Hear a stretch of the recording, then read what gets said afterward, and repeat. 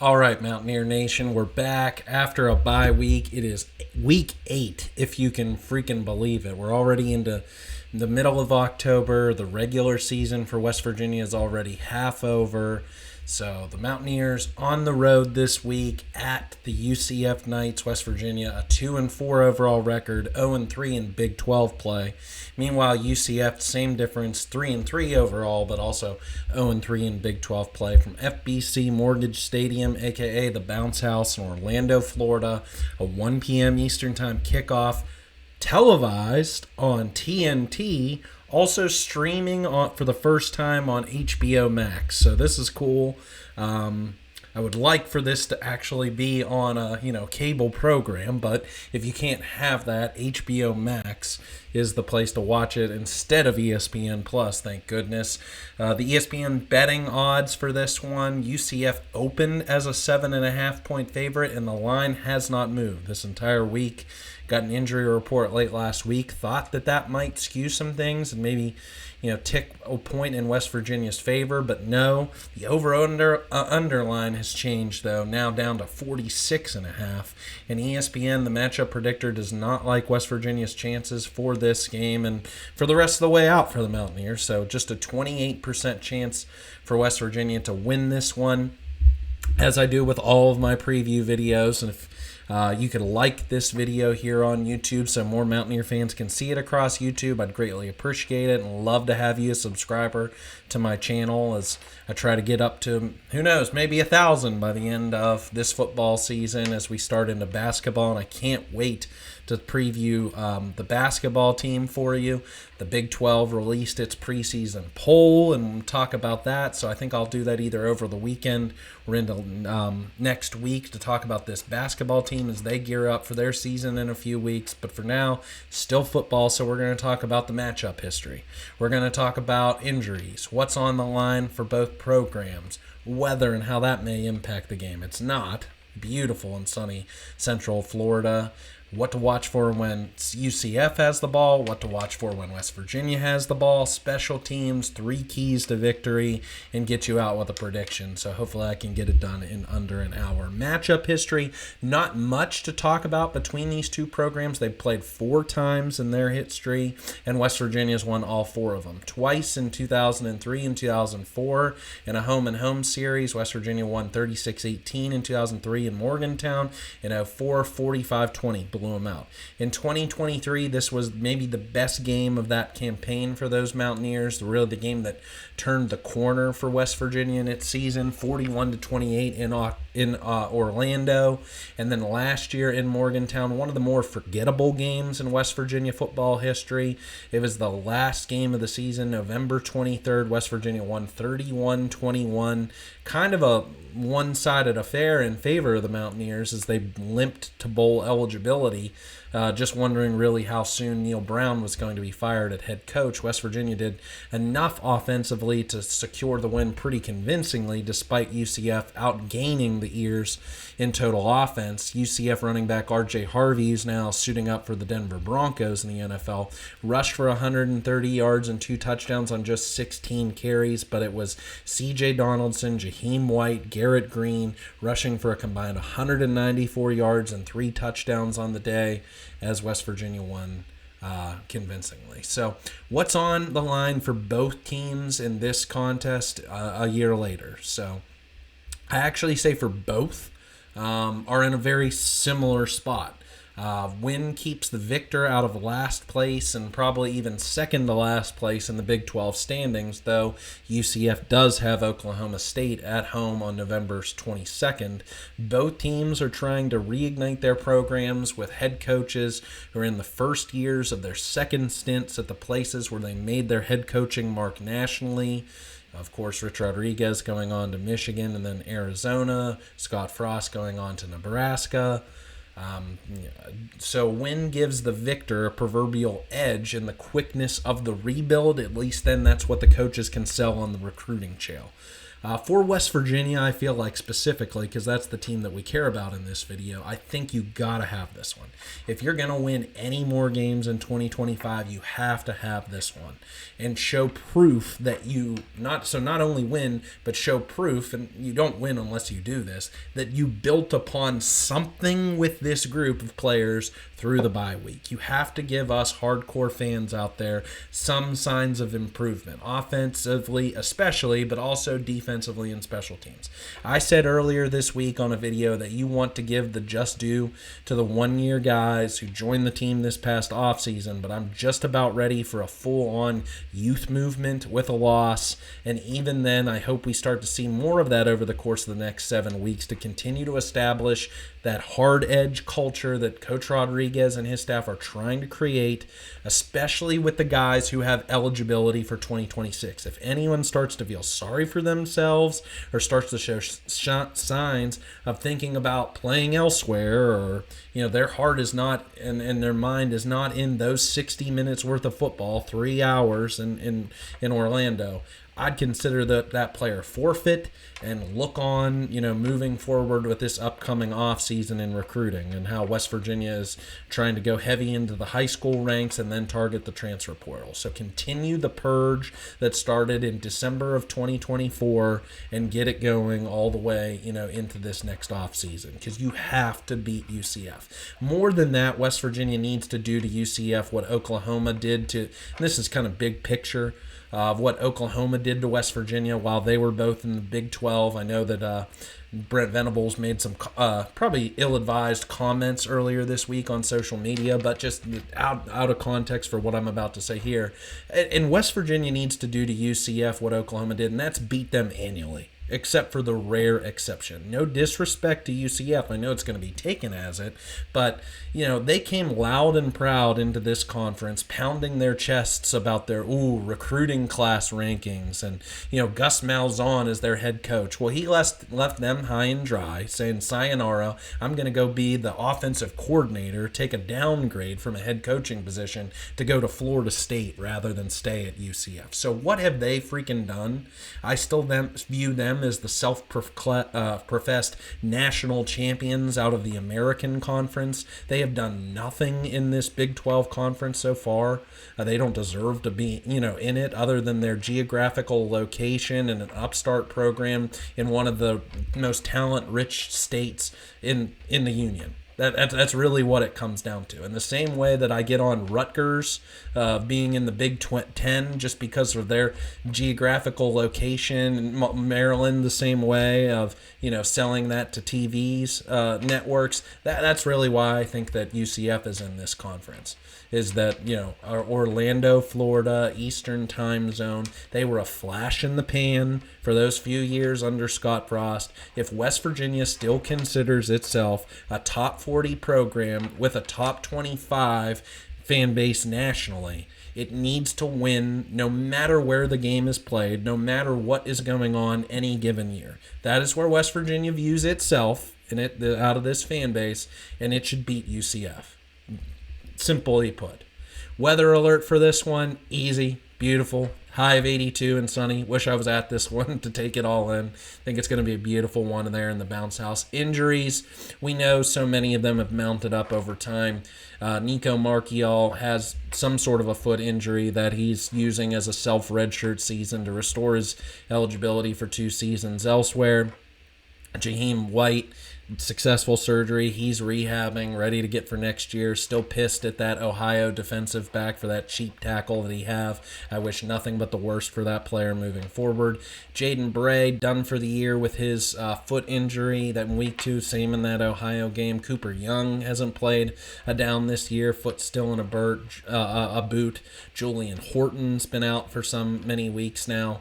Now the new one. So these are players that are already declared out, and this is as of 8:15 Eastern Time Thursday. I know these availability reports are coming out late like really late Wednesday, really late Thursday, so it doesn't really help content creators like myself and others who are trying to get out. And I'm one of the later ones. Like some of these, do guys do preview shows on release Wednesdays and Thursdays. I try and wait as long as humanly possible to get a full context of the situation, because now it plays into it for UCF, and we'll talk about it from that late Wednesday night injury report. So this might change, but I don't think so, at least for the players that are out. Jalen Henderson now out for 2 consecutive games. I didn't see any sort of injury-worthy play in that Utah game. I don't know if there's more going on behind the scenes like Nico Marchiol's situations. I'm not going to speculate on that, but that's just my fan outsider opinion.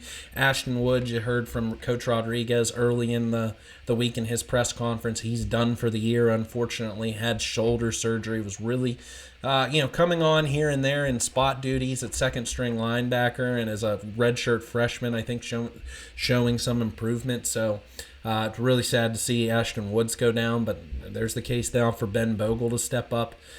This may be the biggest one of all of the injuries. Ty Edwards again, and hearing from my guy Mountaineer Paul, sounds like he might not be back for 2025, which is a huge disappointment. Again, I can only continue to bring up the speculation of what's going on with these players behind the scenes with injury situations, because it just seems like we're strung along until it's too late or the season's over, and then we've moved past it, and we can't talk about like Jaden Stone from the basketball team this past year.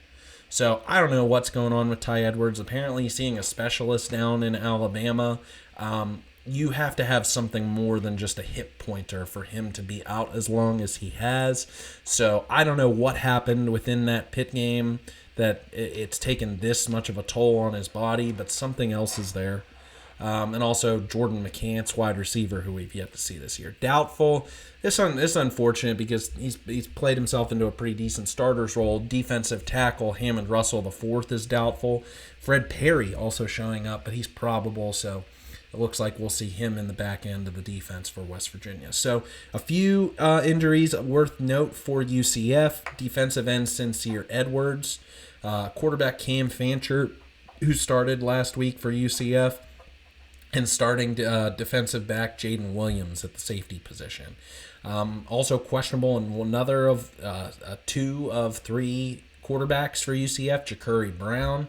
So that's really the 4. I feel like others are not even in on the second string. So let's get into it. What to watch for when UCF has the ball, kind of analyzing the West Virginia defense versus the UCF offense from a numbers standpoint. The West Virginia defense is up to 29 points per game allowed, 390 yards per game allowed for the season. That's not where they want to be. UCF's offense, meanwhile, at 28 points per game, 423 yards per game. I think the number for the Knights is overinflated from scoring 68 on North Carolina A&T week 2 and then 34 in week 3 against North Carolina. Looking at some of their other outputs for the year, week 0 against Jacksonville State, they scored just 17. That game was a slog. I remember watching that game. It was just a rock fight of teams just trying to figure out competent offense with so many new players, new coaches, and everything. That they won that game 17-10. UCF only scored 20 on Kansas State through September 27th. On Kansas 2 weeks ago, 20, and then last week on the road at Cincinnati, 11. That was their season low. So UCF has had its own issues, like West Virginia at quarterback specifically, playing 3 guys. It's been a rough few weeks of it for its starter, number 2 redshirt junior quarterback Taven Jackson, who spent the last 2 seasons at Indiana before a redshirt year at Tennessee. He had his best game against North Carolina there week 3, and we know how North Carolina has been a dumpster fire for this season under head coach Bill Belichick. At home, September 20th, he was 25 of 32 for 223 yards and a touchdown passing, 10 carries for 66 yards with a touchdown rushing, and he did have a season-long scamper of 25 yards within that game. But then a 19 QBR performance the following week at Kansas State, a 30 QBR week 2 weeks ago versus Kansas. And remember, 50 is average. 50 is average, so 19's terrible, 30's not much better. But, and then like UCF kind of found itself in the same kind of situation that West Virginia had with Jalen Henderson against Kansas, in which he comes in for a couple of good drives and takes over the following week at starter. So last week it was redshirt senior transfer from FAU, Cam Fancher. Led a couple of drives decently in that Kansas game, so he got the start last week at Cincinnati. Went 28 of 49 for 222 yards passing with 108 rushing yards on 20 carries with a rushing touchdown. But he didn't score the one and only touchdown for UCF until 2 minutes and 7 seconds left to play in the fourth quarter. And it doesn't really matter about him. He's out for this game with injury already. So it's really Jackson, I feel like's last stand for this team. Will we as fans get the good Taven Jackson that crushed UNC at home, or is his ego bruised from being benched for Fancher after two poor in-conference performances, and West Virginia will get lucky with poor opposing quarterback play? Now, UCF does have a pretty decent running back in redshirt senior number 22, Miles Montgomery. 86 carries for 434 yards. That's a 5 yards per carry pop and 3 touchdowns on the season. He was on a bit of a roll, it seemed like, last week with back-to-back 100 yards games before the Cincinnati matchup. So I think the Bearcats really just sold out on stopping him defensively and tried to let Cantor do what he pleased. And it's obvious by his 20 carries and also 49 passing attempts. So it all went through him. They wanted to stop Montgomery, and they held UCF to 11 points. So great defensive game plan.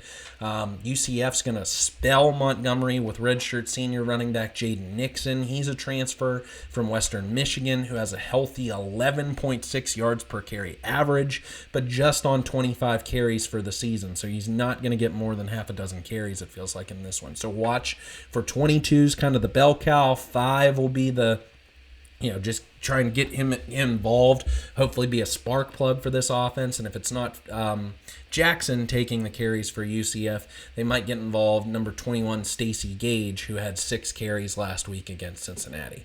Nobody really pops off the page at wide receiver for me at UCF compared to that team in 2023 that had John Rice Plumlee throwing the ball around to some big-time receivers. Number 7, Dwayne Thomas Jr., just 5'8", 175. He's a transfer from Charlotte, leads the team with just 26 catches for 272 yards. That's just a little over 4 catches and 45 yards per game. And then number 9, DJ Black, better size, 6'3", 205, redshirt junior, transfer from Division II Limestone University. But he just has 15 catches for 241 yards and 2 touchdowns on the season. So what I'm looking at out of the West Virginia defense, first and foremost, does this defense look re-energized after the bye? Getting pressure on the pass rush, closing on the ball when it swung to the outside, collecting valuable turnovers, pushing opponents back in the red zone, all those little things that West Virginia did so well in the Backyard Brawl Week 3, if that game really wore them out and then they just ran into better competition in Kansas, Utah, and BYU, this bye week hopefully was the medicine that they needed to get back to full strength. So we know about the offense's struggles in sustaining drives and that's impact of West Virginia's defense being on the field way too long. This is the time. This is really the time for this defense to have a bounce-back performance, and I think they will.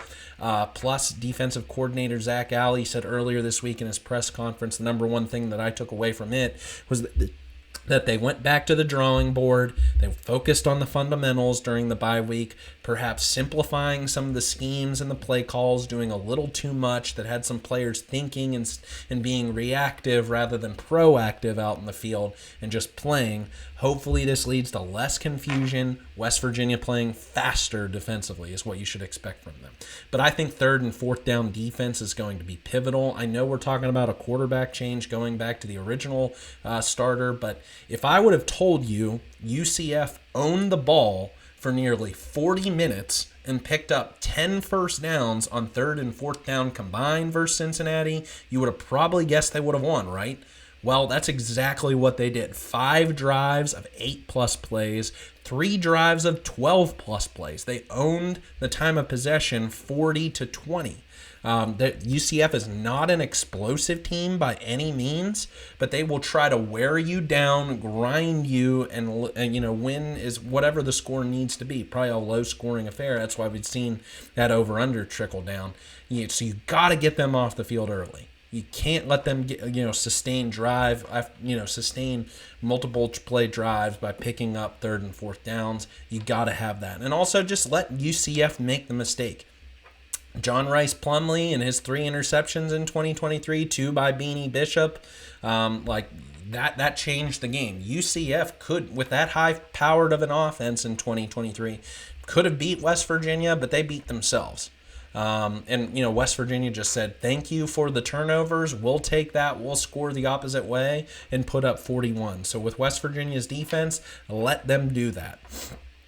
Let Jackson go out there, make mistakes, shoot themselves in the foot, key on Miles Montgomery, and I think you're going to have a good day. So what to talk about when West Virginia has the ball? So talking about the West Virginia offense versus the UCF defense. So this is where the game's going to come down to. We'll look just by the numbers.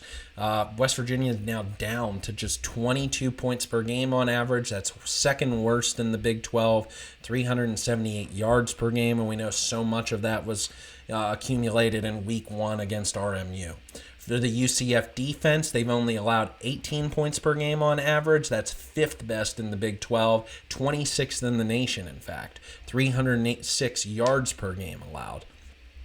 Once again, 4-2-5 scheme. Here, get this name. First-year defensive coordinator Alex Grinch. We can remember him back in the day with the Oklahoma Sooners and Lincoln Riley and how he was so taken advantage of. But unfortunately, West Virginia just couldn't freaking beat those Sooners when they had the chance, especially, I think, in 2021. So looking at UCF by the numbers, at 306 yards per game total, UCF's 14th in the nation in pass defense, 158 yards per game. Now, they put up really good performances against, again, Jacksonville State, Week 0, North Carolina A&T, and North Carolina, who's a dumpster fire. Against Kansas State rushed for 266 yards on this unit, with Avery Johnson going for 18 for 25 for 168 yards and 2 touchdowns in a 30-point team affair. So, not bad. Against Kansas, Jalen Daniels passed for 235 yards on 18 of 26 passing. And against Cincinnati last week, again, just only 20 minutes worth of time of possession for the Bearcats. But in that time, Brendan Sorsby put together 191 yards rushing on 12 completions, with 67 of that coming on 1 touchdown pass. So I'm a bit skeptical about this D. There's one player that I'm not, and that's number 9, senior defensive end Nigel Kelly, 6'5", 265. He's been a 2-year starter for the Golden Knights after transferring Miami. He may be down in sacks so far this season, but he's on pace to match his excellent junior season last year when he had 53 tackles, 9.5 tackles for loss, 3 forced fumbles. He did have an interception earlier this year against North Carolina. Watch where he lines up because UCF likes to pair him on the opposite side, number 51, redshirt senior Malachi Lawrence. Now, they're going to have to do it themselves, 51-9, because number 10, sophomore Sincere Edwards, who had 4.5 tackles for loss just behind Kelly with 5 for the team lead, not playing in this contest. So it's going to come down to those 2 guys, and then listening to Coach Rodriguez's press conference earlier this week analyzing UCF's defense. Sounds like they play a lot of man coverage, which would present a nice challenge for West Virginia's receiving core, leading me right into my first point. So first and foremost, I think if you can't tell, I'm a little bit edgy. I'm a little bit impatient, and I know I preach patience, trying to tell this to myself. We might only see phase 1 of the Rich Rodriguez offense for 2025 with so many new players, so many injuries, this, that, and the other thing. But West Virginia's offense, just from a passing standpoint, looks god-awful.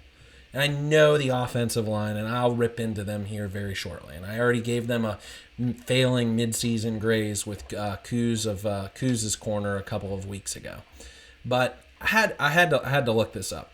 And my thesis to this is, can West Virginia complete passes of 25 to 30 yards or more downfield, or at least create explosive plays after the catch like Justin Smith-Brown did against Pitt in the backyard brawl, where like it might be a short pass, but they turn it into a big chunk play. Against Utah, Khalil Wilkins had the 39-yard touchdown pass to Cam Vaughn midway through the third quarter, and also a 28-yard touchdown pass to Rodney Gallagher that got called back because of a bullshit push-off call, offensive pass interference. And then against BYU, Wilkins had that 32-yard completion to Jeff Weimer, in which Weimer mossed the BYU defensive back. Otherwise, it was Scotty Fox who had the game's final score with that 29-yard pass touchdown to Cam Vaughn with just over a minute left. So I first went to Perplexity to ask if they could find this in AI. I didn't trust the numbers, so I actually had to go and look this up myself.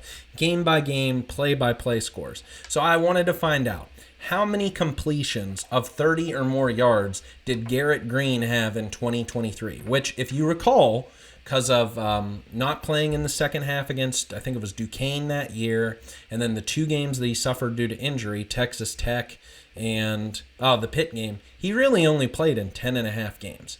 So how many passes of 30 or more yards did Garrett Green have in 2023? 23, with at least 7 that were of the 28 to 29 variety. He was a great downfield passer that year.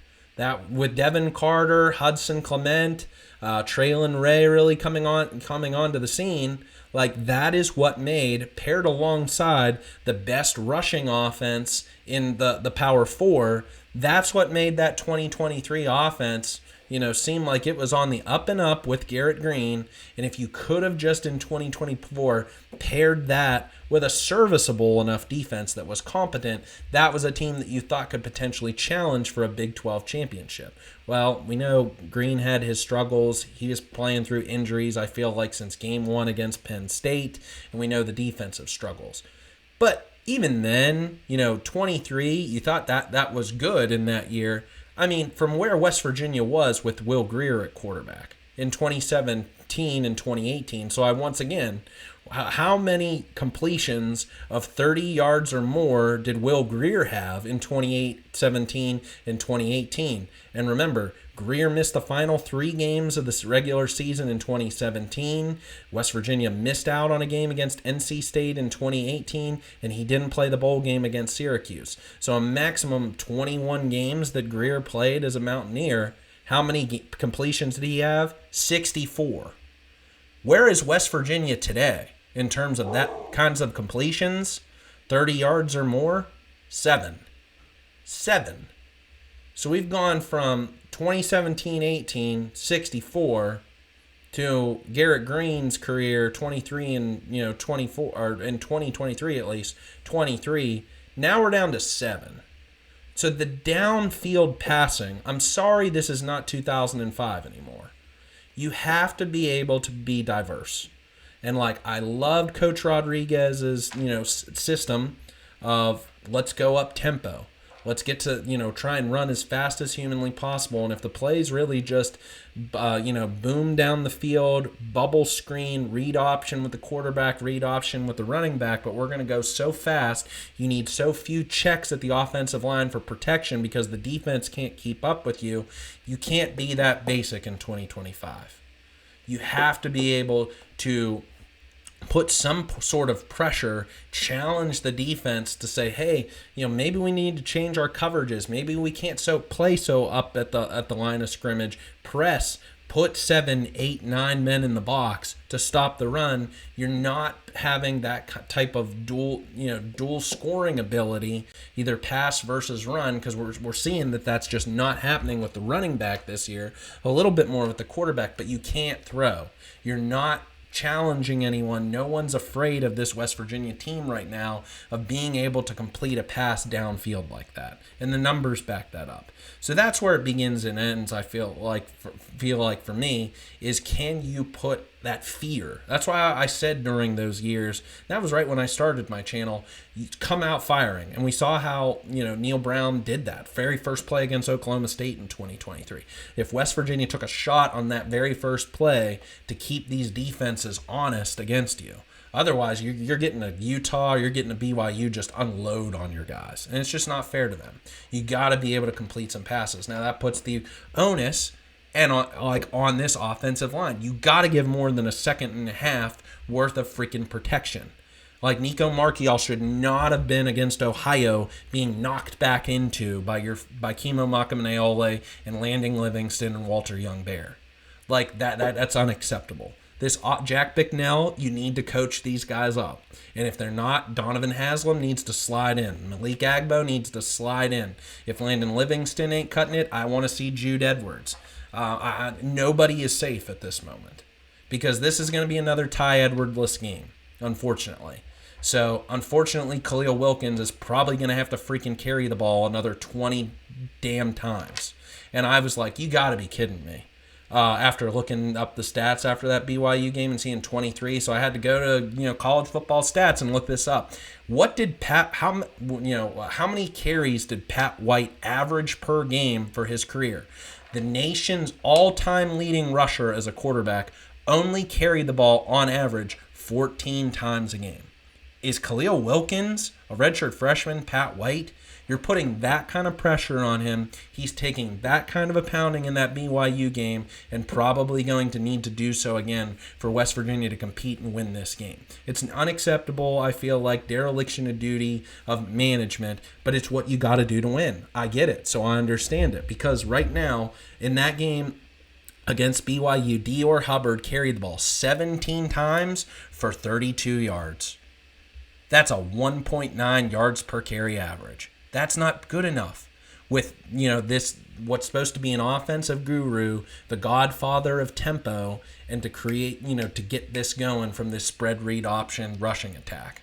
That's not acceptable. Clay Ash, 2 carries, 3 yards. So we know how West Virginia couldn't get a push, on those the 4th and 1 in I think it was the first quarter or something in BYU, around midfield. And then, of course, not scoring on the 4th and 1. So it's on this offensive line. I get it. I understand this. That's why, I seem mad, pissy a little bit. But it's like, I just, when you do the same things each and every week, where has this offense that we saw against RMU? I get it. But the offensive schematics, play calls, and everything, it just seems like West Virginia's gone into a bit of a shell of itself. Not going up tempo, not throwing bubble screens. Where's the bubble screens out to Cam Vaughn? Why are we quitting on that after just one attempt on a bubble screen? Khalil Wilkins is 6'3". He's not Garrett Green's 5'10", so he can see over the offensive line, can throw quick slants down the field. But again, if these defensive backs are playing so up near the line of scrimmage, they don't feel threatened over the top. You got to be able to hit, put something out there and give Cam Vaughn, I feel like, Jeff Weimer, a chance on some deep balls. So Khalil Wilkins missed on one. Scotty Fox found one in that BYU game. So between those two quarterbacks, and maybe again we get both, seeing duty in this game, you got to be that's who, in my opinion, should get it. Who should get the starting position is the guy who's going to be able to complete downfield passes. And again, I'm not saying that this needs to be a Jake Spavital, throw the ball 50 times kinds of things, but when you're not getting anything going with your rushing attack because your offensive line can't get a push against Ohio, can't get a push against Kansas, you got to do something else. You got to get the ball to the outside, get it out into players in space. And then with Tyler Huff last year, he had the highest rate of yards per completion of any quarterback in FBS. They had success throwing the ball downfield. That's why Cam Vaughn had over 800 yards with only, I think, like 45 to 50 carries. So you had some success with Tyler Huff throwing the ball downfield. Is this offensive line so bad that you can't replicate or do, what Jacksonville State did last year? I get it. Competition, a little tougher. Kansas, Utah, BYU, they're both, top 25 programs in the country right now. But now against UCF, go show it. Go freaking show it against the Golden Knights. Do it. And then maybe we're talking about a wounded TCU team who's lost now 2 in a row and going on the road or at home against Baylor this Saturday.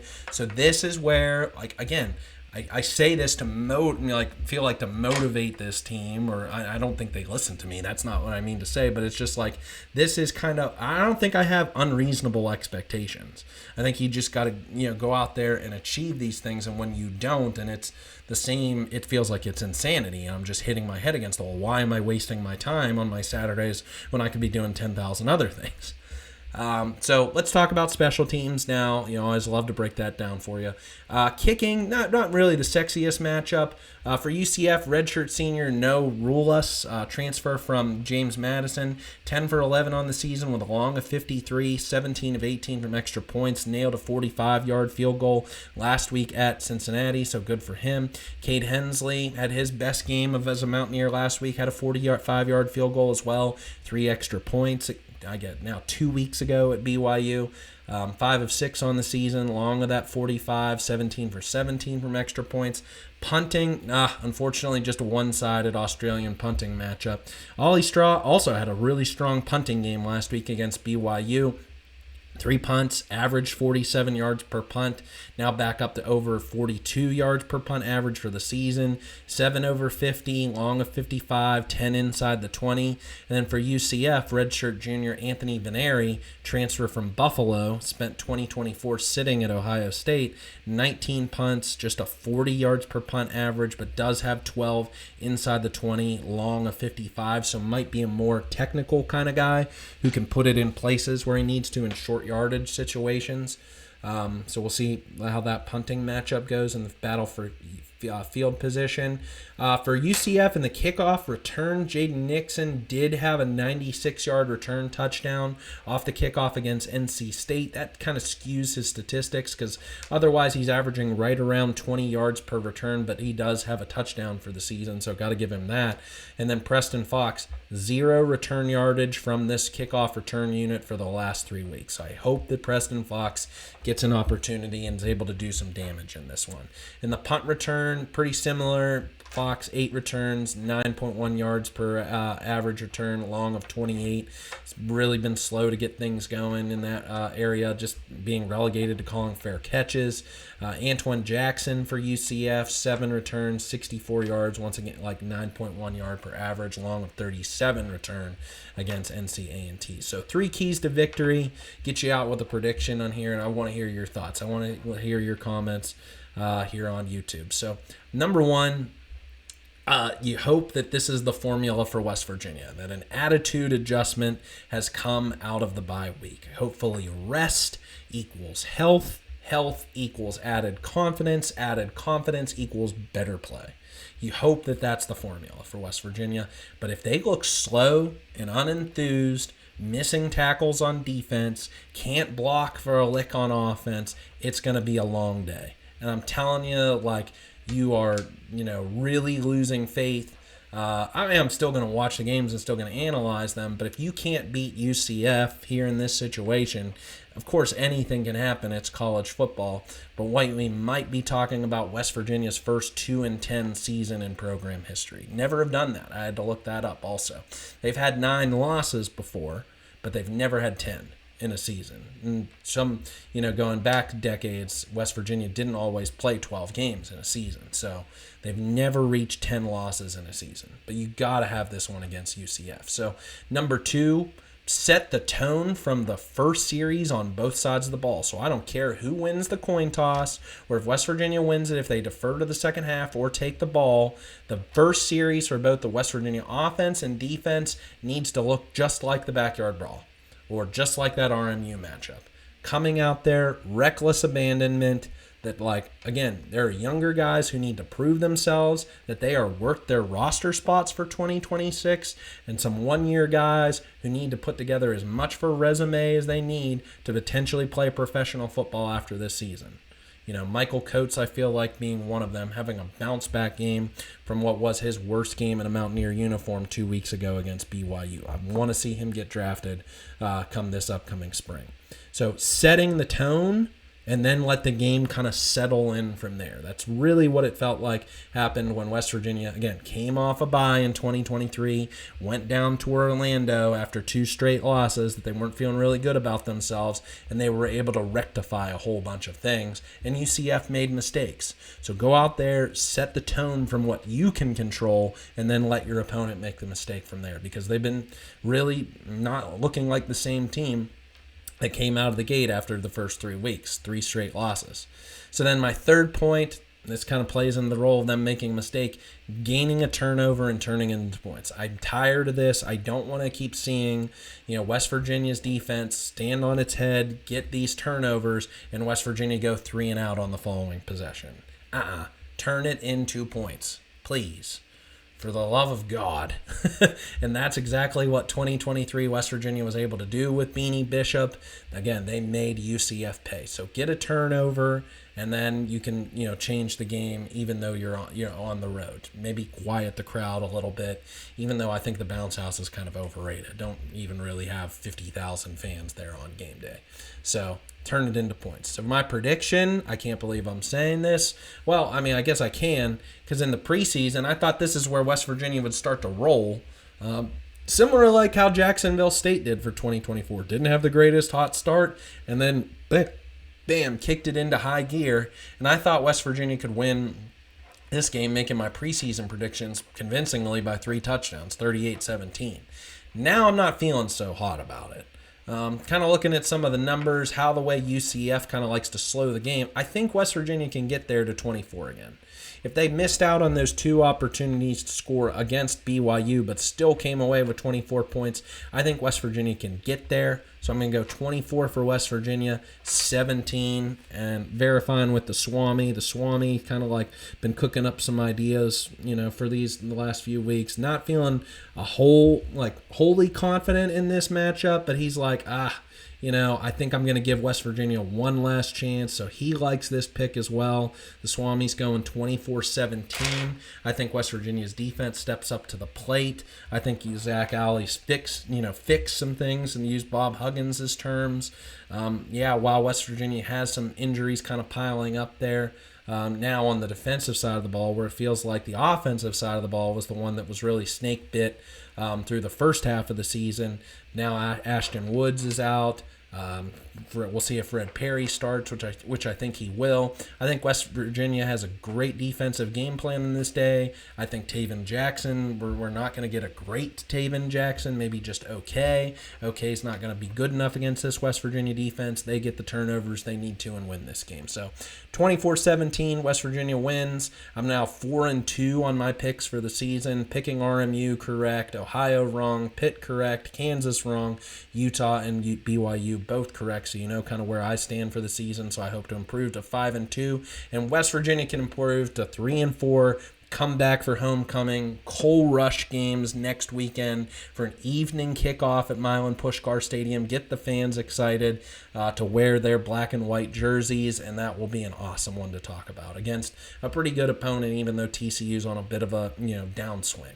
So, love to know your thoughts, good, bad, or indifferent. Do you think I'm crazy? Do you think I'm a little bit harsh? Do you think I'm a little bit hypocritical, given what I said of we need to be patient? Are you losing patience, moderately like I am, because I'm still sick to my stomach that West Virginia frickin' lost to Ohio? Glad West Virginia won the backyard brawl. Love that. Absolutely love that. But can't lose to Ohio and then start out 0-3 in conference play and not feel, me at least, feel a little bit irked. So love to know your comments. Leave them here on YouTube. Once again, like this video if you've liked it, and love to have you a subscriber to my channel. Tell your friends, tell your family, tell your dog that I do this each and every week and have a lot of fun doing it. So please tell a friend about me. listen to some other Mountaineer, content creators out there on YouTube, but I hope that you enjoy mine as well. And I really appreciate the feedback that I've been getting on some of these videos, making me feel better as this season, it hasn't gone the way that has, but really appreciate some of the nice comments people have been saying. And we're going to, very soon be talking about basketball at the same time as football. So it is gearing up. We are thick into the 2025-26 academic year, sports calendar year for West Virginia basketball. And then, just 4 quick months and it'll be baseball time as well. So love to know your thoughts. Thanks for tuning in, everybody. Hail West Virginia. Let's go. And I'll be back on Sunday to talk about it, recap, analyze it. West Virginia, UCF. Can't wait for this one. Hail West Virginia. Spot the ball, baby.